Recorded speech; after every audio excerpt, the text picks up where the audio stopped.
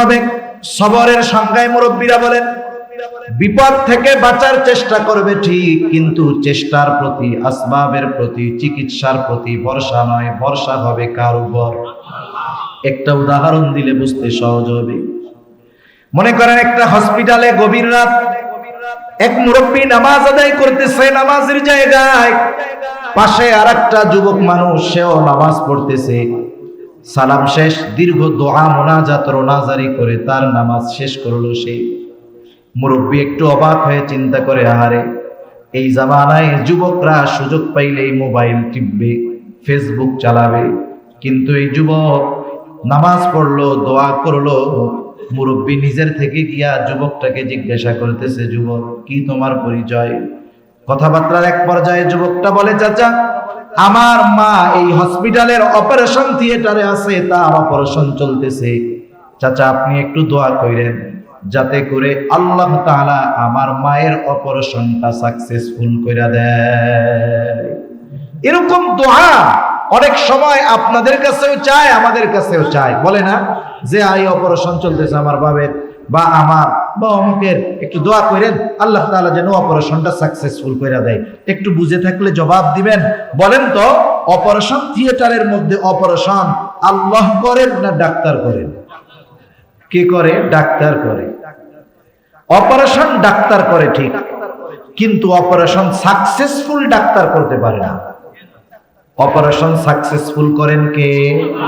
যদি ডাক্তারের হাতে অপারেশন সাকসেসফুল করার ক্ষমতা থাকতো, এই দুনিয়াতে অপারেশন থিয়েটারে একটা লোক মারা যেত। আপনি খোঁজ নেন দেশের বৃহৎ বৃহৎ হসপিটালের মধ্যে, বাংলাদেশের বড় বড় হসপিটালে খোঁজ নেন, দেখবেন পেছনের দরজা দিয়ে দৈনিক অপারেশন থিয়েটারে শত শত মানুষ মরতেছে, আর পিছন দিক দিয়ে অ্যাম্বুলেন্সে বাড়ি পাঠিয়ে দিচ্ছে। তাহলে সবর হলো বিপদ আপদ মুসিবতে, ওই বিপদ থেকে বাঁচার বৈধ চেষ্টা করা, তবে চেষ্টার উপরে ভরসা নয়। ভরসা কার উপরে? ভরসা আল্লাহ তাআলার উপর। তাহলে বিপদ থেকে আল্লাহ তাআলার কাছে সাহায্য চাওয়ার দুই মাধ্যম, একটা হলো ধৈর্য, দ্বিতীয়টা হলো নামাজ। এখন বলেন তো, আপনি যদি কারো কাছ থেকে বড় কিছু চান, তার সাথে আপনার সম্পর্ক ভালো দরকার আছে না নাই? যেই এমপির সাথে যেই চেয়ারম্যানের ভালো সম্পর্ক, এমপি ওই চেয়ারম্যানের কে কাজ দেয় বেশি, বরাদ্দ দেয় বেশি। যেই বান্দার আল্লাহ তাআলার সাথে বেশি সম্পর্ক, ওই বান্দাও আল্লাহ তাআলার কাছ থেকে সাহায্য পায় বেশি। আর বান্দার সাথে আল্লাহ তাআলার সবচাইতে ঘনিষ্ঠ মুহূর্ত হয় নামাজের মাধ্যমে। সুবহানাল্লাহ। আর নামাজ তো এমন এক ইবাদত, যার মাধ্যমে বান্দা আল্লাহ তাআলার সাথে কথোপকথনে লিপ্ত হয় এবং সে তার সমস্যার সমাধান আল্লাহ তাআলার কাছ থেকেই নিয়ে আসে। সুবহানাল্লাহ। সম্ভবত তারিখে দামেস্কের মধ্যে একটা ঘটনা আছে। হযরত ওমর রাদিয়াল্লাহু তাআলা আনহুর সময় মদিনায় একবার দুর্ভিক্ষ দেখা দিয়েছে। দুর্ভিক্ষ, বাজারে যেই ফসল আছে, খাবার আছে, এটা সাধারণ মানুষের ক্রয় সীমার বাইরে, সাধারণ মানুষ কিনতে পারতেছে না। মোটামুটি দুর্ভিক্ষ অল্প আয়ের মানুষের এখনই চলতেছে, ঠিক কিনা বলেন? এটা যদি আরো লাগামহীন হয়, নিয়ন্ত্রণহীন হয়ে যায়, দেখবেন এদেশে দুর্ভিক্ষ লাগতে বেশি দিন আর লাগবে না। তা বাজারে খাদ্যশস্যের অভাব, যা পাওয়া যায় দাম বেশি। হযরত ওমর রাদিয়াল্লাহু তাআলা আনহু চিন্তিত হয়ে গেলেন, কি করে বাজারের খাদ্য অভাব দূর করা যায়। আমাদের দেশেও দেখবেন, যখন পেঁয়াজের কেজি 250 টাকা হয়ে যায়, 200 টাকা, 300 টাকা হয়ে যায়, যখন ঘোষণা আসে আগামী সপ্তাহে তুরস্ক থেকে, পাকিস্তান থেকে, অমুক দেশ থেকে পেঁয়াজ আসবে, বলেন তো এই ঘোষণা আসার পর পেঁয়াজের দাম কমে না বাড়ে? আমদানি করলে বাজারের চাহিদা পূরণ হয়। হযরত ওমর রাদিয়াল্লাহু তাআলা আনহু তিনিও চিন্তা করলেন, বাহির থেকে কিছু খাদ্যশস্য আমদানি করবেন। এশার নামাজের পর সাহাবায়ে কেরামকে নিয়ে তিনি বৈশা গেছেন, মিটিং করতেছেন কি করা যায়। দীর্ঘ রাত অবধি আলোচনার পরে সমাধান হলো, আগামী দিন ফজরের পর একদল চলে যাবে সিরিয়া, একদল ইয়েমেন, একদল মিশর, এক কথায় চতুর্দিকে ছড়ায় ছিটায় পড়বে।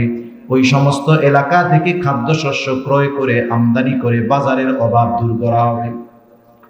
গভীর রাত হয়ে গেল। খলিফাতুল মুসলিমিন হযরত ওমর রাদিয়াল্লাহু তাআলা আনহু সকলকে বাড়ি পাঠিয়ে দিলেন। ফজরের পরে কাফেলা বিদায় দেওয়া হবে, নিজেও নিজের বাসায় চলে আসলেন। কিন্তু চিন্তায় চোখের মধ্যে ঘুম আসে না, পায়চারি করতেছে। সুবহে সাদিকের পূর্ব মুহূর্তে হযরত ওমর রাদিয়াল্লাহু তাআলা আনহু বিছানার মধ্যে গাটা এলায়া দিলেন। ক্লান্ত দেহ এইবার চোখের মধ্যে ঝিমুনি ঝিমুনি ঘুম ঘুম ভাব, তন্দ্রাচ্ছন্নতা ওনাকে পেয়ে বসলো। অনেক সময় দেখবেন আমরা গাড়িতে সফর করতেছি অথবা চেয়ারে বসে আছি, ছোট্ট একটা ঝিমুনি আসে না, 10-15 সেকেন্ডের ঝিমুনি, কিন্তু এই 10-15 সেকেন্ডের মধ্যে এমন স্বপ্ন দেখছি, কি দেখছি, ছোট থেকে বড় হইছি, বড় হইয়া রাজা হইছি, বাদশা হইছি, যুদ্ধ করতেছি। 15 সেকেন্ডে সব দেখা সারা হয় কি হয় না? হয়। হযরত দেখবেন আমাদের দেশেও একটা কমিটি আছে, দুর্যোগ মোকাবেলা কমিটি। শুনছেন না? শুনেন নাই? দুর্যোগ মোকাবেলা কমিটি যে আছে, হায় হায়, দুর্যোগ দেয় কে? আল্লাহ তাআলা দেয়। এই দুর্যোগ দুনিয়ার মানুষ তার শক্তি, তার মেধা, তার প্রযুক্তি দিয়ে ঠেকাইতে পারে? কোনদিন সম্ভব? এই জন্য এই যে কথাটা বলছে, এটাই তো শরীয়তের সাথে সাংঘর্ষিক কথা। দুর্যোগ মোকাবেলা করার ক্ষমতা কারো নাই, যেই দুর্যোগ আল্লাহ তাআলা দেন, ওই দুর্যোগ প্রতিহত করা, মোকাবেলা করার ক্ষমতা কারো নাই।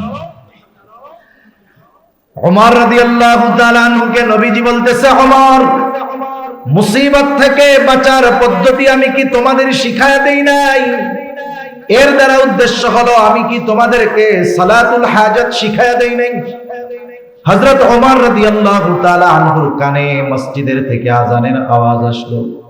ঘুম ভেঙে গেল। তিনি উঠলেন, নামাজ শেষ করার পরে সাথে সাথে পেছনে ঘুরে বসলেন।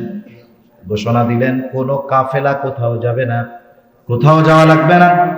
আজকে থেকে ঘরে ঘরে সালাতুল হাজাতের আমল শুরু করে দাও। হযরত ওমরের নির্দেশে সালাতুল হাজাতের আমল গুরুত্ব সহকারে শুরু হয়ে গেল। ঐতিহাসিকেরা লিখে 1 সপ্তাহ লাগে নাই, আল্লাহ তাআলা মদিনার বাজারের যেই খাদ্যশস্যের অভাব, আল্লাহ তাআলা সেটাকে দূর করে দিল। সেজন্য বান্দা তার বড় বড় সমস্যার সমাধান আল্লাহ তাআলার কাছ থেকে নিয়ে আসতে পারে। যেই মাধ্যমে বান্দা আল্লাহ তাআলার সাথে যোগাযোগ করে, সেটার নামই হলো নামাজ। সুবহান। এজন্য বিপদ আপদ মুসিবতে ধৈর্যের সাথে সাথে নামাজের দরকার। কারণ নামাজের মাধ্যমে বান্দার সাথে আল্লাহ তাআলার কথোপকথন হয়। বান্দা আল্লাহ তাআলার সাথে কথোপকথনে লিপ্ত হয়ে যায়। কত সুন্দর কথা দেখেন। এরপরে কেমন যেন আল্লাহ তাআলা বলেন, যেই মুমিন বিপদ আপদ মুসিবতে ধৈর্য আর নামাজের মাধ্যমে আমি আল্লাহর কাছে সাহায্য চাই, সেই মুমিন আর সাধারণ মুমিন থাকে না। আল্লাহ তাআলা ওই মুমিনকে প্রমোশন দিয়ে সবের মুমিন বানায়া দেয়। আমাদের দেশে একটা প্রশাসনিক বিভাগ আছে, পুলিশ আছে না? পুলিশ আছে তো। পুলিশের প্রধান যিনি, তিনিও পুলিশ, যিনি সিপাহী তিনিও পুলিশ। কিন্তু বলেন তো, নাম পুলিশ হোক, কিন্তু দুইজনের স্তর পার্থক্য আছে না নাই? কোথায় সিপাহী আর কোথায় ডিআইজি?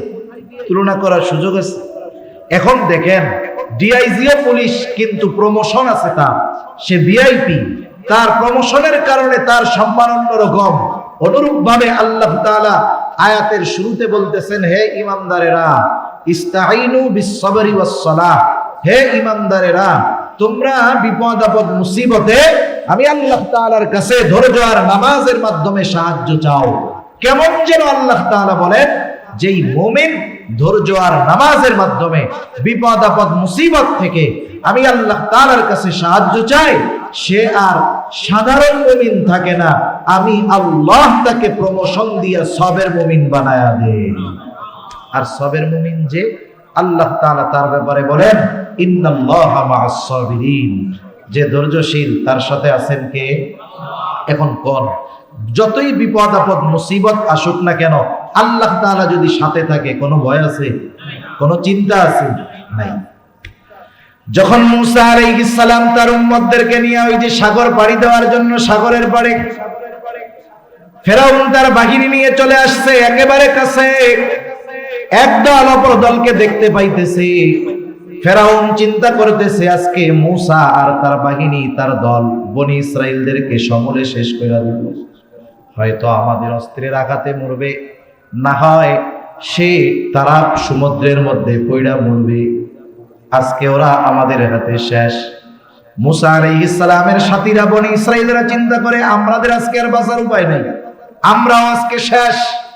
হযরত মূসা আলাইহিস সালামকে তারা বলতেছে, ক্বালা আসহাবু মূসা ইন্না লামুদরাকুন, মূসা আমরা ধরা পড়ে গেছি, আমাদের বাঁচার আর কোনো উপায় নাই। এইবার মূসা আলাইহিস সালাম বলতেছেন, কাল্লা, কখনোই ধরা পড়ব না। ধরা না পড়ার কারণ কি? ইন্না মাইয়া রব্বি, ওদের সাথে যা থাকে থাক, আমাদের সাথে আছে আমার রব। ওদের সাথে দুনিয়ার সব থাক, কিন্তু আমার সাথে কে আছে? রব আছে, আল্লাহ তাআলা আছে, সেজন্য চিন্তা নেই। রাসূলুল্লাহ সাল্লাল্লাহু আলাইহি ওয়াসাল্লাম যখন হিজরতের সফর শুরু হলো, মদিনা হলো উত্তর দিকে, রাসূলুল্লাহ সাল্লাল্লাহু আলাইহি ওয়াসাল্লাম মক্কা থেকে বের হয়ে রওনা দিলেন দক্ষিণ দিকে। এটা একটা কৌশল, কারণ স্বাভাবিক মদিনায় হিজরতের ব্যাপারে গুঞ্জন চলতেছিল। এর আগেও কিছু সাহাবী মদিনায় হিজরত করছে, তার মানে কাফেররা নবীজিকে যদি তালাশ করতে যায় উত্তর দিকে যাবে স্বাভাবিক, কিন্তু নবীজি গেলেন দক্ষিণ দিকে। সাওর পর্বতের গুহায় আত্মগোপন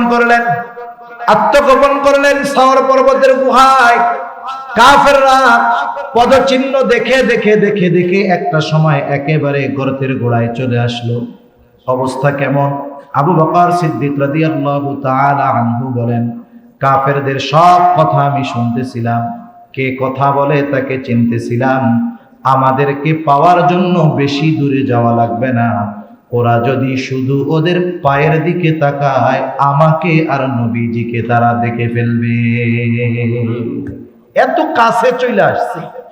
এই অবস্থায় আবু বকর সিদ্দিক রাদিয়াল্লাহু তাআলা আনহু প্রচন্ড রকমের চিন্তিত, ভীত হয়ে গেছে। আবু বকর নিজের জন্য চিন্তিত নয়, কারণ আবু বকর তো জিলাপি খাওয়া আশিকে রাসূল নয়, আবু বকর তো এমন আশিকে রাসূল। আবু বকরকে যদি 100 বারও জীবন দেওয়া হতো আর বলা হতো এই 100 জীবন 100 বার নবীর জন্য কোরবান করবা, আবু বকর 100 জীবন 100 বার নবীর জন্য কোরবান করতে তৈরি। ঠিক কিনা বলেন? আবু বকর সিদ্দিক রাদিয়াল্লাহু তাআলা আনহুর চেহারার মধ্যে চিন্তার ছাপ নবীজি বুঝতে পারলেন যে আবু বকর প্রচন্ড রকমের ভয় পাচ্ছে, যে তারা তো অনেক, আমরা মাত্র 2 জন। নবীজি তখন কি বললেন? ও আবু বকর, যে কথা তিনি বলছেন আল্লাহ তাআলা কোরআনুল কারীমের মধ্যে বলেন, আবু বকর লা তাহজান ইন্নাল্লাহা মাআনা। আবু বকর তুমি কোনো চিন্তা করো না, ভীত হয়ো না। এই গর্তের মধ্যে শুধু তুমি আর আমি এমনটা নয়, আমাদের সাথে যিনি আছেন তিনি কে? যে আল্লাহ আমাদের সাথে আছেন। এখন শত্রু যত কাছে হোক, দুশমন যত নিকটে হোক, আল্লাহ যেহেতু সাথে আছেন, ভয়ের কোনো কারণ নাই। তাহলে বিপদ যত বেশি হোক, মুমিন যদি আল্লাহর দেওয়া পদ্ধতি অনুযায়ী ওই বিপদ থেকে বাঁচার জন্য আল্লাহ তাআলার কাছে সাহায্য চায়, তাহলে আল্লাহ তাআলাই বলতেছেন তুমি তো সবের মুমিন, আর আমি আল্লাহ সবের মুমিনের সাথে আছি। সুবহান। এরপরেও প্রত্যেকটা জিনিসের প্রাথমিক আলামত আছে না? বিষয় হলো, শুনেন, পরীক্ষা আল্লাহ তাআলা নেন, ওই পদ্ধতিতে যদি আল্লাহ তাআলার কাছে সাহায্য চাওয়া হয়, বিপদ যাক আর না যাক, বাঁচুক আর না বাঁচুক, বলেন তো পরীক্ষায় পাস না ফেল? পাস। মনে করেন অসুস্থ হয়েছে, আল্লাহ তাআলার কাছে সাহায্য চাইছে, ওই পদ্ধতি অবলম্বন করে, অসুস্থতা যায় নাই, অসুস্থতায় মারা গেছে, মারা যায় যাক, কিন্তু সে পরীক্ষায় পাস। আল্লাহ রাব্বুল আলামিন বলেন, হাবিব যারা পরীক্ষায় পাস, বাশশিরিস সাবিরিন। আল্লাহ তাআলা বলতেছে আপনি ধৈর্যশীল যারা এদেরকে সুসংবাদ জানায় দেন। আর ধৈর্যশীল কারা? ওই দুই পদ্ধতি অবলম্বন করে আল্লাহ তাআলার কাছে বিপদে সাহায্য চায় যারা। আল্লাহ তাআলা বলেন ওই সবের মুমিনদেরকে আপনি সুসংবাদ জানায় দেন। কিসের সুসংবাদ? তাদেরকে আপনি জান্নাতের সুসংবাদ জানায় দেন। প্রত্যেকটা জিনিসের প্রাথমিক আলামত আছে। যেমন মনে করেন যার সাথে যার সম্পর্ক সবচাইতে বেশি, বিপদের সময় তার কথা আগে মনে পড়ে বেশি। আপনাদের এলাকায় তো কাদার রাস্তা কিছু আছে, কিছু কাঁচা রাস্তা আছে না? বৃষ্টির দিন যখন রাস্তা কাদা হয়ে যায়, কিছু মানুষ ওই রাস্তায় চলতে গিয়ে পড়ে যায় না? পড়ে যায়। পড়ে গিয়ে কি বলে বলেন তো? কেউ বলে ওরে, কেউ বলে ও মা, কেউ বলে ওরে বাবা, কেউ বলে ও আল্লাহ। আবার উল্টা পাল্টা বলা লোকও আছে না? নাই? আছে। যেমন দেখেন ছোট বাচ্চা 3 বছর 2 বছর 1 বছর 1.5 বছর বয়স, ছোট বাচ্চাকে মাও ভালোবাসে, তার বাপও তো ভালোবাসে নাকি? এখন ওই বাচ্চারে কোলে নিয়ে 1.5 বছরের বাচ্চা বা 1-1.5 বছরের বাচ্চারে কোলে নিয়ে আব্বা একটু বাড়ির বাইরে গেছে। এখন বাচ্চা অনেক মানুষজন দেখে ভয় পেয়ে গেছে। ভয় পাইলে বাচ্চা কি করবে? কান্না করবে। বলেন তো পোলাপান ছোট বাচ্চা যখন কান্না করে ডাকে কারে? মা মা মা করে কান্না করে। বাপের কোলে থাকলেও মা কইয়া কান্না শুরু করে। মার কোলেও যদি থাকে কষ্ট পাইলে কারে ডাকে? এমন না যে মার কোলে থাকলে আব্বারে ডাকে, আব্বার কোলে থাকলে মারে ডাকে। বিষয়টা কিন্তু এমন না। আল্লাহ তাআলা ছোট বাচ্চাদের অন্তরে মার সাথে এমন ভাবে পরিচয় করায় দিছে যে ওই বাচ্চার পায়খানা আসুক, প্রস্রাব আসুক, খিদা লাগুক, কষ্ট হোক, ও ডাকি শুরু করে মা দিয়া। কান্নার শুরুতেই বলে মা। তার মানে যেই বান্দার আল্লাহ তাআলার সাথে সম্পর্ক গভীর, ও যখনই বিপদে পড়ে দুনিয়ার কাউকে ডাকার আগে ডাকে কাকে? এটা সবের মুমিনের আলামত।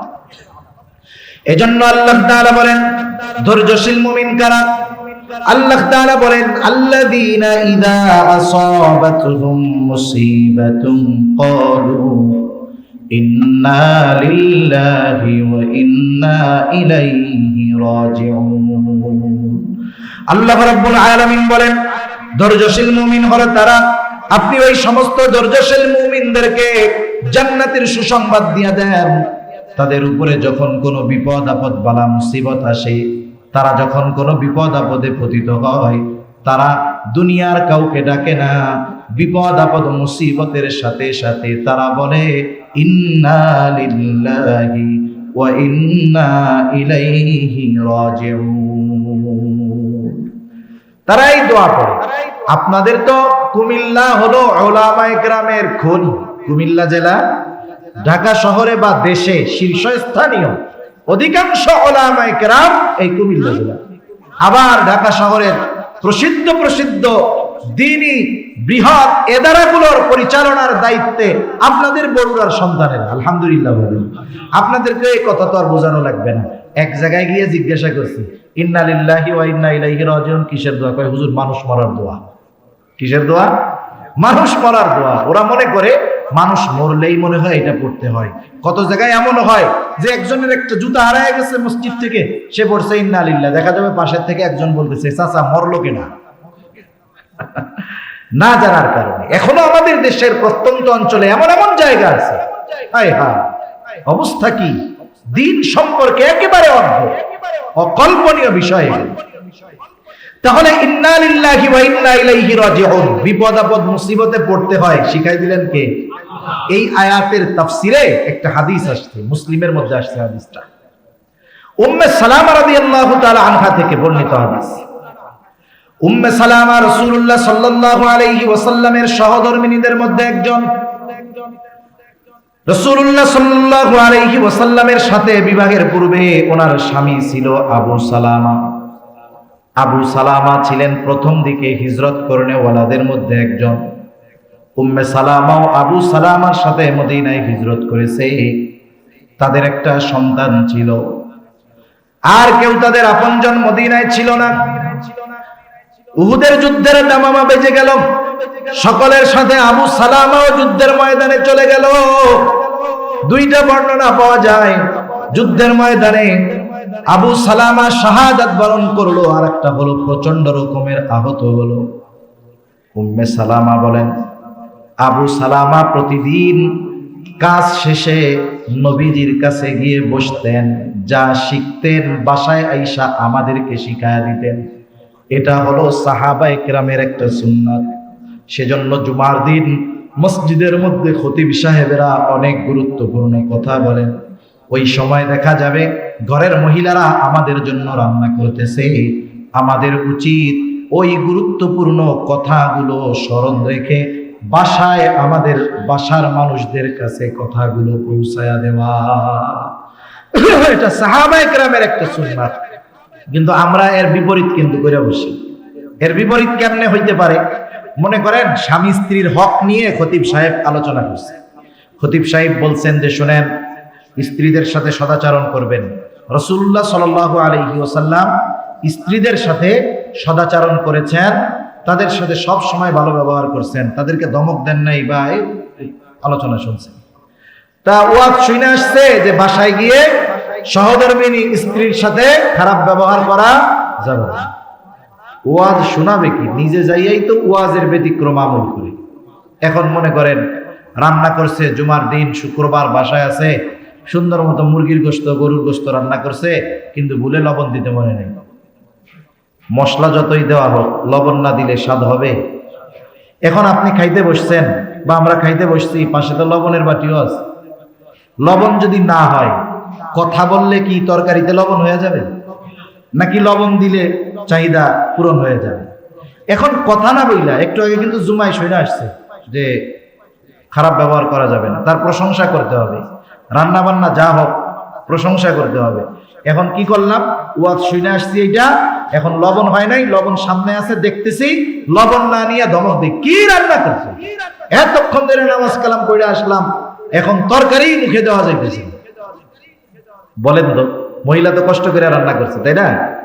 এখন সে তো চেষ্টার ত্রুটি রাখে নাই, হয়তো কোনো ভুলে লবণ দিতে মনে নাই। আপনি যদি লবণ পাতে নিয়ে নিজে খাইতেন, আর যদি কইতেন যে এই তরকারিটা খুব মজা হয়েছে।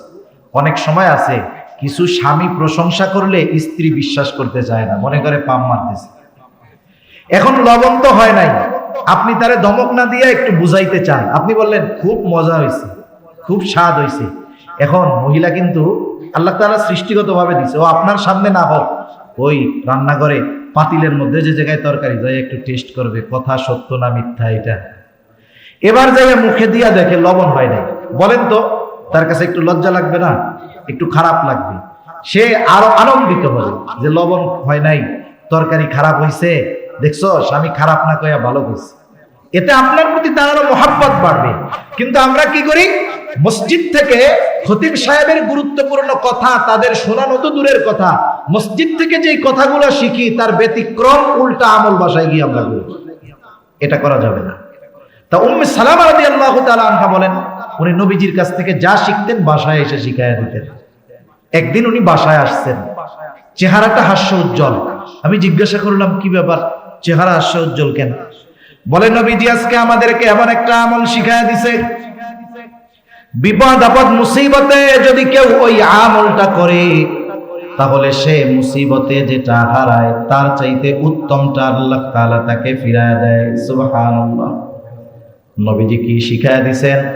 নবীজি বলেন, তোমরা যখন বিপদ আপদ মুসিবতে পড়বা, বলবা ইন্না লিল্লাহি ওয়া ইন্না ইলাইহি রাজিউন। এটা এমন একটা দোয়া, এই দোয়ার অর্ধেক শিখাইছেন আল্লাহ, বাকি অর্ধেক শিখাইছেন মুহাম্মাদুর রাসূলুল্লাহ। প্রথমে বলবা ইন্না লিল্লাহি ওয়া ইন্না ইলাইহি রাজিউন, এরপরে বলবা আল্লাহুম্মা আজুরনি ফি মুসিবাতি ওয়া আখলিফ লি খায়রাম মিনহা।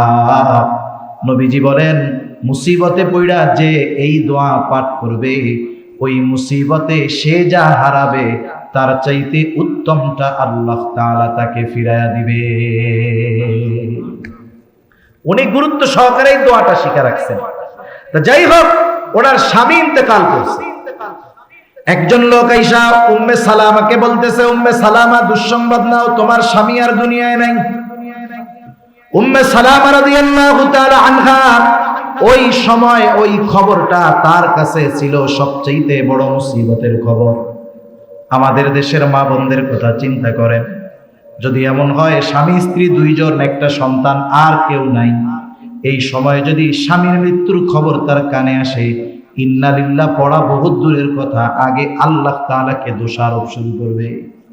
কতজন আমরা শুনছি এরকম, স্বামী মারা গেছে, ইন্না লিল্লাহ কি পড়বে, আয় আল্লাহ কি করলেন আল্লাহ, আপনি কি আর কাউরে দেখেন, এই মাসুম বাচ্চা নাবালক বাচ্চার কি হবে, আমি কই যাবো, এইবার গড়াগড়ি করে কান্নাকাটি শুরু করে দিছে, আশেপাশের লোক আইসা তারই তো বাঁচানো অবস্থা খারাপ।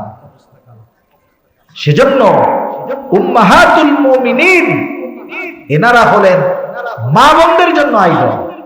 উম্মে সালামা কি করছে, হাই হুতাশ করেন নাই।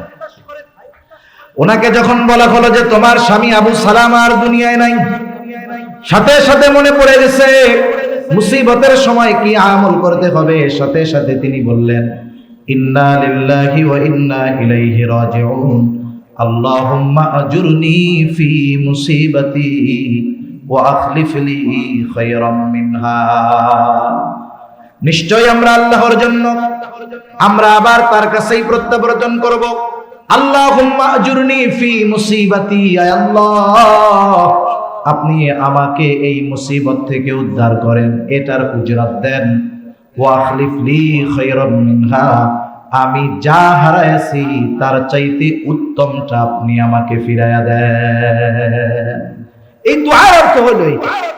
এখন উম্মে সালামা স্বামী মারা গেছে, ইদ্যতকালীন সময় শেষ, উনি দেখতে অনেক সুন্দরী ছিলেন, বিভিন্ন মানুষ বিভিন্ন জায়গা থেকে ওনারে বিবাহের প্রস্তাব দিয়েছে, সাহাবায়ে কেরাম বিবাহের প্রস্তাব দিয়েছে, উনি কারো প্রস্তাব গ্রহণ করেন না, যদিও উনি অনেক কষ্টে দিন যাপন করতেছিলেন।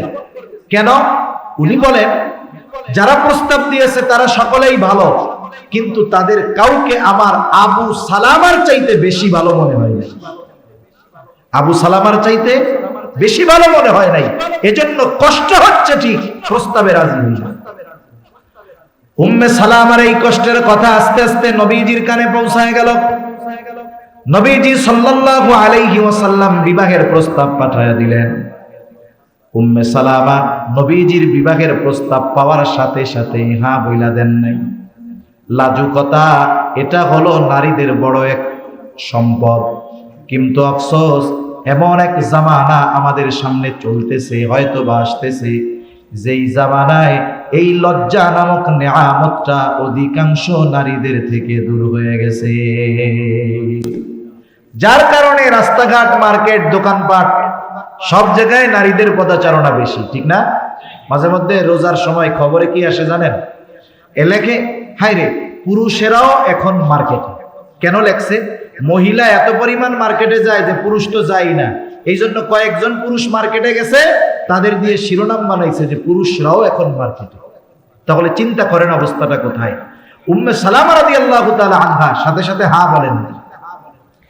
তিনি ওই যিনি প্রস্তাব নিয়ে আসতে তাকে বলতেছে আমার তো কিছু কথা আছে। কি কথা? এক নম্বর কথা, আমার বড় রাগ অথবা লজ্জা, হয়তো আমার এই রাগ অথবা লজ্জাটা নবীজির জন্য কষ্টের কারণ হয়ে যেতে পারে। দুই নাম্বার, বয়স তো কম হয় নাই। তিন নাম্বার, আমার একটা সন্তান আছে। নবীজির কাছে গিয়ে যখন বলা হলো, নবীজি বললেন আল্লাহ তাআলা তার রাগ অথবা ওই লজ্জাটাকে স্বাভাবিক করে দিবে। বয়স তো আমারও কম হয় নাই, এরপরে তার সন্তান নিয়ে কোনো চিন্তা নাই, তার সন্তান তো কেমন যেন আমারও সন্তান। এইবার উম্মে সালামার সাথে, নবীজির সাথে উম্মে সালামার বিবাহ হয়ে গেল। উম্মে সালামা রাদিয়াল্লাহু তাআলা আনহা বলেন, আমার স্বামী আবু সালামার মৃত্যুটা ছিল আমার জন্য সবচাইতে বড় মুসিবত। আমি আল্লাহ তাআলার নবীজির শিখায়া দেওয়া ওই দোয়াটার উপরে আমল করেছিলাম। আমার দৃঢ় বিশ্বাস ছিল আমি আমার স্বামী আবু সালামাকে হারাইলাম ঠিক, কিন্তু আল্লাহ তাআলা এর চাইতে উত্তম কিছু আমাকে ফিরায় দিবেন। কিন্তু আমাকে যে স্বামী হিসাবে আবু সালামাকে হারাইলাম, আর আমার স্বামী যে মুহাম্মাদুর রাসূলুল্লাহ সাল্লাল্লাহু আলাইহি ওয়াসাল্লাম হবে, এটা কখনো আমি কল্পনাও করি না। সেজন্য বিপদ আপদ মুসিবত আল্লাহ তাআলা দেন, বিপদ আপদ মুসিবত থেকে উদ্ধার তিনিই করেন, বিপদ আপদ মুসিবত থেকে বাঁচার রাস্তাও তিনি বলে দিয়েছেন। বিপদ আপদ মুসিবতে এই আমল যদি আমরা করি, আল্লাহর রাসূলের ঘোষণা যে আল্লাহ তাআলা মুসিবতের মাধ্যমে যা হারিয়েছি তার চাইতে উত্তমটা আমাদের ফিরায় দিবেন। সুবহানাল্লাহ। সেজন্য সম্মানিত উপস্থিতি, আলোচনা আর লম্বা করব না। বিপদ আপদ মুসিবত এই হায়াতে আসবেই। ঈমান যেহেতু এনেছি, বিপদ আপদ মুসিবত আসবেই। দেখেন, হঠাৎ করে মুসিবত যদি চলে আসে, প্রস্তুতি নেওয়ার সুযোগ যদি না হয়, না থাকে, তাহলে ক্ষতির আশঙ্কা বেশি না কম? বেশি। আর আল্লাহ তাআলা দয়া করে আগের থেকে নোটিশ টানায়া দিবেন যে শোনো, ঈমান যেহেতু আনছো, বিপদ আপদ মুসিবত আসতে পারে, আগের থেকে করবা, কি করলে বিপদ থেকে বাঁচবা, কি হবে, সব আল্লাহ তাআলা আমাদেরকে জানায়া দিয়েছেন। আফসোসের ব্যাপার, এরপরেও আল্লাহ তাআলার দরবার ছেড়ে আমরা অনেকে বাবাদের দরবারে গিয়ে দৌড়াই। বাস্তবতা হলো আল্লাহর দরবার বাদ দিয়ে যখনই কেউ এই মাজারে, কবরে, দরবারে গিয়ে দৌড়ায়, সে তার ঈমানটাকেই ওখানে রেখে বাড়িতে ফিরে আসে। আল্লাহ